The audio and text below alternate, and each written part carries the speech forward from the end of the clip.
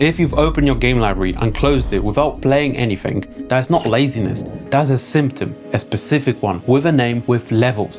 And once you understand what that actually is, the guilt goes with it. You do not hate gaming, you see, you are not broken. You did not suddenly become boring, and you most certainly did not just grow out of it. What is happening is slower than that, quieter than that, and honestly, more interesting than that. Picture this, it is finally evening, work is done, responsibilities are mostly handled. Maybe the house is quiet, maybe the baby is asleep. Finally, you have one clean hour to yourself, which at this point in adulthood feels rarer than a good live service launch. So you sit down, boot up your console or PC. This should feel good. This should be the reward, but instead, you stare at your library like it owes you an explanation. You open Fortnite, play one match, maybe two, and quit. You hover over Call of Duty. You already know exactly how that session is going to feel. You glance at Elden Ring and think, that deserves proper energy, which is just an adult version of saying absolutely not tonight. You consider Witcher 3 for a second, then remember it comes with menus, quests, systems, and an emotional commitment of a second mortgage. So you do what a lot of us actually do. You scroll, you hesitate, you launch something familiar, or you close all of it. And somehow, after waiting all day to play games, you spend 20 minutes not wanting to play any of them.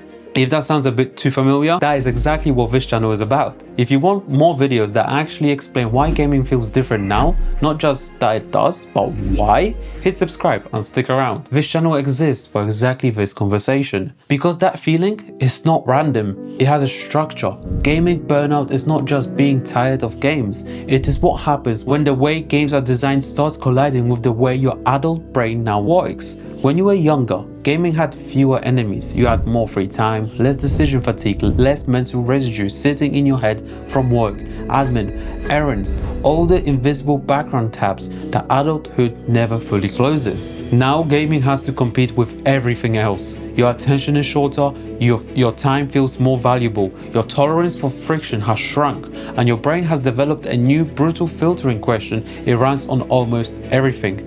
Is this actually worth it? That question changes everything, because gaming used to be about immersion. Now it is filtered through mental load, time scarcity, and lost aversion. You are not just playing a game anymore. You are running a cost-benefit analysis on whether this session is worth the limited energy you have left.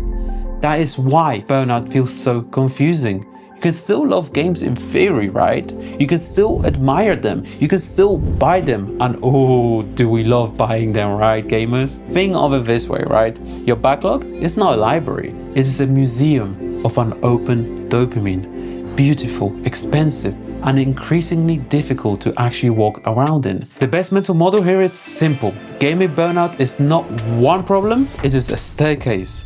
Each step changes your experience a little more, and most people are stuck on a specific step without knowing which one. So let's name them. Level 1, Micro Boredom. Level 1 is the lightest form. It is also the one that most people dismiss. This is the Fortnite level. You can still play, you still want to play, but nothing fully grabs you. You drop in, play a match or two, it is fine, but it does not stick, so you leave. This is where hedonic adaptation starts to show up. The more often your brain experiences the same type of stimulation, the less impact it has. What felt exciting starts feeling normal, and what feels normal starts feeling flat. Not bad, just flat. The danger at this level is not intensity, it is drift. Because you start telling yourself, maybe I'm just not in the mood. Sometimes that is true, really. But if it becomes a pattern, it is not a mood, it is the first step of the staircase. Level 2, repetition fatigue. Level 2 is where the loop becomes visible. This is the Call of Duty level. You know the map, you know the angles, you know the rhythm. Spawn, rotate, challenge, die, respawn, repeat. The strange part is, the game can still be working exactly as designed, right? It is smooth, it is responsive, it is competitive, but your brain is no longer immersed in the loop. It's standing outside of it, watching it run. Once you see the machinery too clearly, some of the magic disappears. Familiarity is safe. It reduces friction, which is why burnt out players return to the same 2 or 3 games. But too much familiarity kills discovery. So now you're stuck in a strange middle ground. New games feel risky, old games feel stale, and your safe option is also your boring option. That is adult gaming in one sentence. Honestly, 2 levels in, and notice, neither of those felt dramatic. No sudden moment, no clear turning point. That is exactly what makes them dangerous. They feel like moods, not patterns. Keep watching, because levels 3 through 5 are where the wait starts to become undeniable. Level 3, reward numbness. Level 3 is where progression stops meaning what it used to mean. This is the Borderlands 4 level, right? You get the drop, you see the color, you hear the sound. You know this moment is supposed to feel rewarding, and yet nothing. Your brain has learned the pattern: do task, receive reward. Repeat. The more predictable the loop becomes, the less powerful the reward lands. For a lot of adult gamers, unlocks used to feel like proof that the session mattered, proof that the time was not wasted, proof that you moved forward.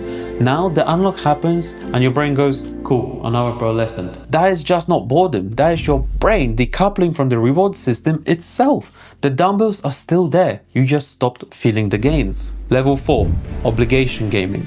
Level 4 is where gaming starts to feel like admin. This is the World of Warcraft level. Dailies, weeklies, resets, raids, seasonal tasks, limited time events.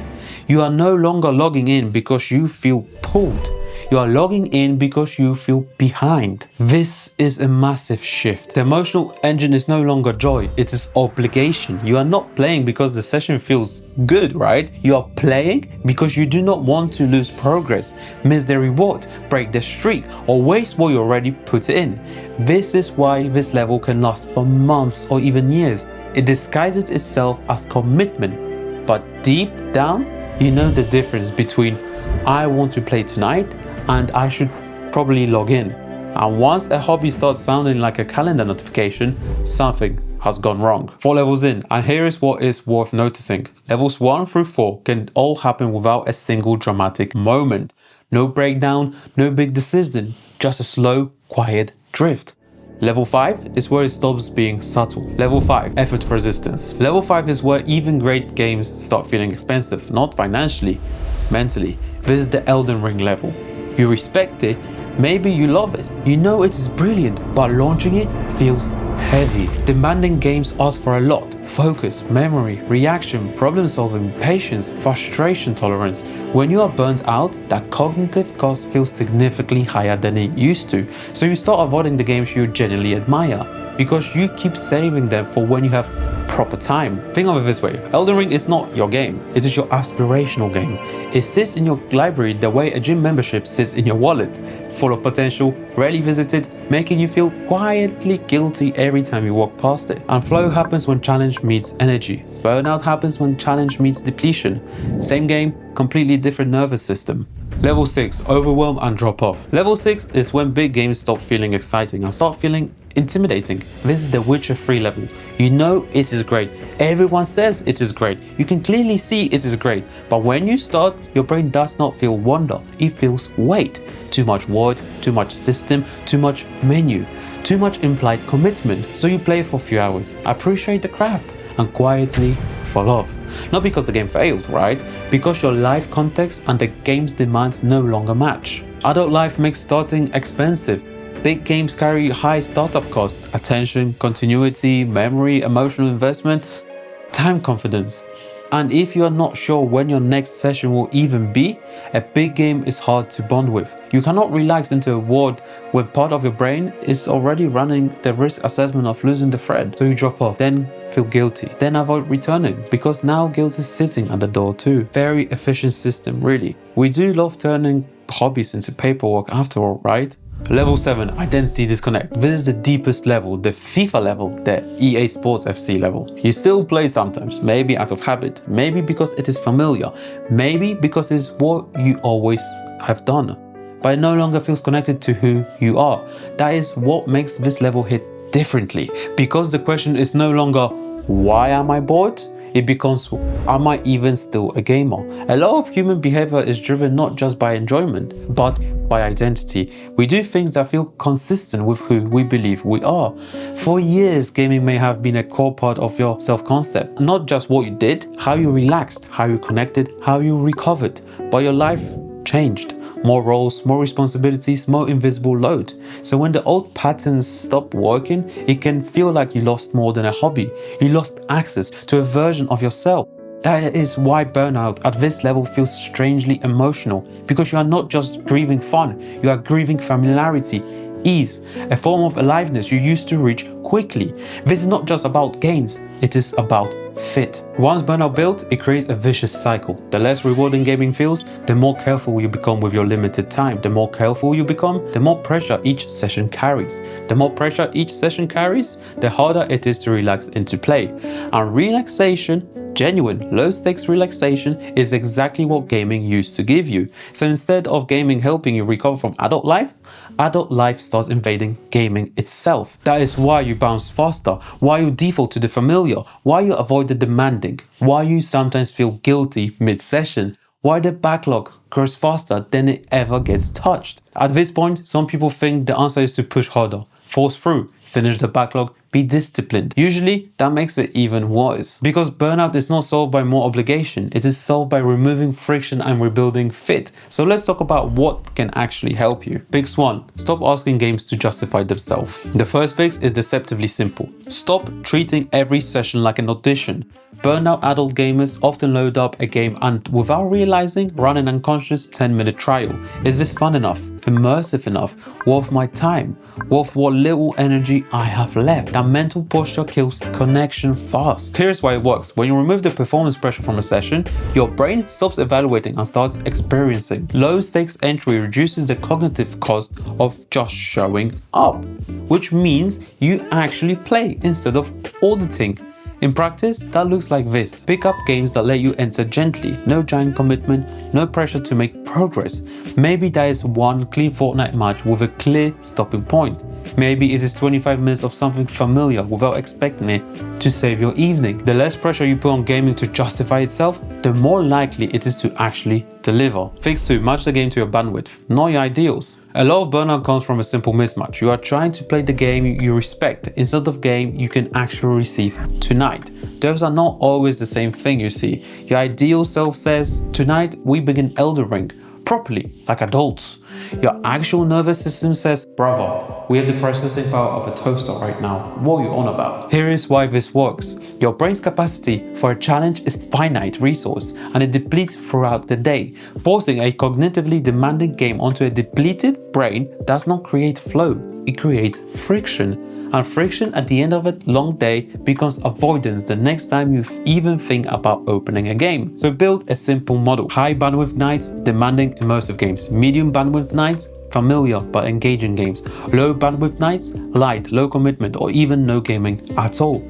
This is not lowering your standards, this is improving the fit. Sometimes the most mature gaming decision is admitting you do not want a 60-hour masterpiece tonight. You want something your brain can meet halfway, or no gaming at all. That is not failure, that is accuracy. Fix 3. Rebuild your gaming identity around season, not permanence. This is the deepest fix and most freeing one. A lot of people are stuck at level 7 because they are operating from an outdated identity.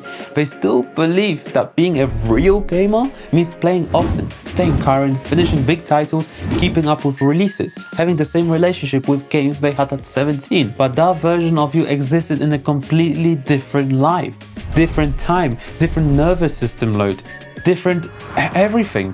Here is why this works. Identity is not fixed, it is constructed. And when you update your gaming identity to match the life you actually have, rather than the one you had a decade ago, you remove an enormous amount of guilt. And guilt, as we saw in a vicious cycle, is one of the main things keeping burnout locked in place. The shift is simple. I am still someone who loves games. I just need them to fit the life I actually have now. That one reframe removes a huge amount of pressure.